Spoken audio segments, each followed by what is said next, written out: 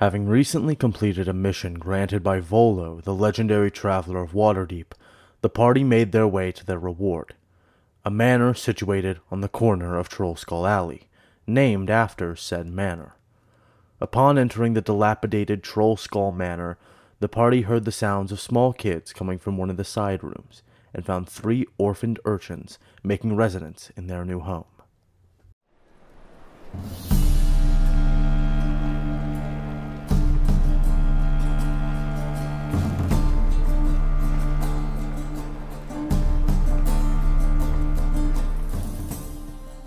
Fygrous was born in a Minotaur tribe located in the High Forest. Raised with siblings but an outsider in many ways, the combative culture of the Minotaur was an inevitability, and something Fygrous did enjoy, but never felt at ease with. The chance encounter at the Heartblood River would give him a taste of what he wanted in life. Noticing a massive wave storming down a river, Fygrous leapt into action and stopped it before it could crush a small crab. The pinkish water and the rapid manipulation of it dyed his horns a permanent pink. The resolve he gained from that moment was fleeting, but potent, granting him his near-eternal supply of optimism. Though he wanted to start becoming a hero, it was hard when his tribe's culture revolved around proving yourself before even getting an identity. He was honored for his strength, as stopping a wave with sheer strength is an impossible feat, but Fygrous would soon learn that this honor was uneasy. When the studious Hundred returned to his tribe, the clever Minotaur took issue with Fygrous' claim to have stopped a wave.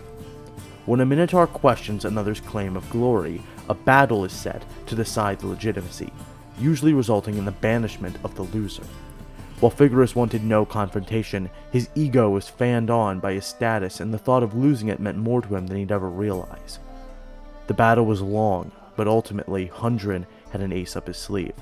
He conjured a massive tidal wave, a true test to see if Fygrous was truthful, and though Fygrous tried, he was unable to live up to his name. The last words Fygrous would ever hear from his tribe were that no matter where he goes, he would always be a no-good cheat who can't do anything.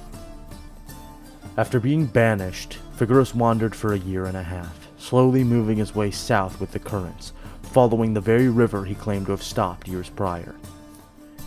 He'd attempt to be a hero where he could, but it's hard when the very moment you learned you wanted to help people is corrupted by a feeling of doubt. Nightmares of that battle would start to plague his mind at night.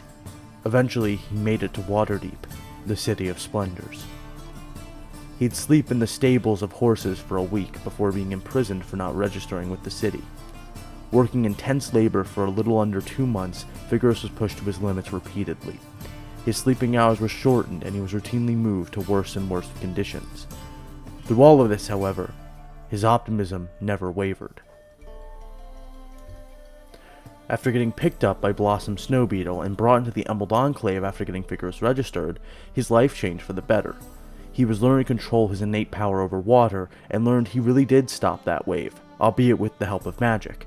The sudden juxtaposition of his peaceful life and constant nightmares made them more distracting. He'd work and train for months, gaining further control over his latent potential. He met Nemo Snowbeetle, someone who deeply reminded him of the stories he'd heard about his father. Fygrous' life was getting better, and it was getting better fast. It made the nightmares more confusing, but Nemo was there to talk when they kept hurting. The fateful day when he met his new friends, Jonathan and Eratosthenes, was a long and eventful one. A day filled with new friends and new enemies. The day where the 3 of them agreed to rescue Floon Blagmar.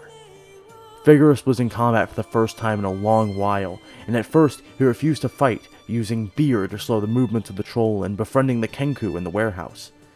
It was in the sewers leading to the hideout of the Xanthar's Guild where Fygrous told the party about his idea of how people can change. At this point, only an ideal he's using to reassure himself. Fygrous couldn't change, that's something he knew well. He'll always be the Minotaur who couldn't stop a wave. Even after learning he did stop the wave in the Heartblood River, the fight itself meant more. Even if he did save that crab, what are he going to do when the stakes were more severe? They opened the door to save Floon, and were faced with 2 people. The Mind Flayer they would later learn is Nihilor, and a wizard who was torturing Floon with fire. The wizard Grumshar was attempting to be stopped by Renaer, but they were knocked to their knees along with Floon. With no one else to intervene, the tides of heroism were stoked high. Taking a meaty scar to his back, the flames joined his pink-stained horns as another reminder of his duty to protect others. Though, Fygrous did not see this at first. The pain of the scar is one that evolves, and at this moment it was nothing more than a battle mark to him. So when Volo congratulated the party and claimed them heroes, his scar went cold. He slept that night, happy with the new friends, but the nightmares took him once more. He awoke early in the morning and brought the nightmare and the heroism up with Nemo. The sage brought him to the mudflats by the seaward and explained to him that while everything must go, they eventually return, like the tides and the seasons. Fygrous was solemn. This is not what he wanted to hear. This, to him, reaffirmed his idea that this was all temporary, that even if he never returned to his tribe, accepting being a hero here would result in the same. They returned to the orchard in the morning, and the Minotaur's attitude seemingly did not shift on the surface. They made their way to Troll Skull Alley. Entering the manor they received, and met the urchins. The party agreed they couldn't force them out, knowing they should keep them here. And whether it was a joke or a serious remark, Eratosthenes proposed the idea of making them work at the tavern to pay for their residence here. Fygrous was offended, angered almost at the prospect of making another work for their living. He asked if Eratosthenes was serious, and when the elf gave no clear answer, Fygrous fell off his path. He challenged Eratosthenes to a fight in the middle of the tavern. Having ruled the possibility of him being a hero out, he sought to defend his ideals like a true Minotaur. He developed a technique solely for combat, one that he used for the first time on his friend. After a single hit, Eratosthenes explained it was merely a joke. Fygrous stowed his weapon, but explained that he'd defend his ideals with force, if necessary. This desire to defend his ideals with force culminated with him summoning a wave of water to damage the guards piled on top of him when he tried to argue for Jonathan at Phylon Villa.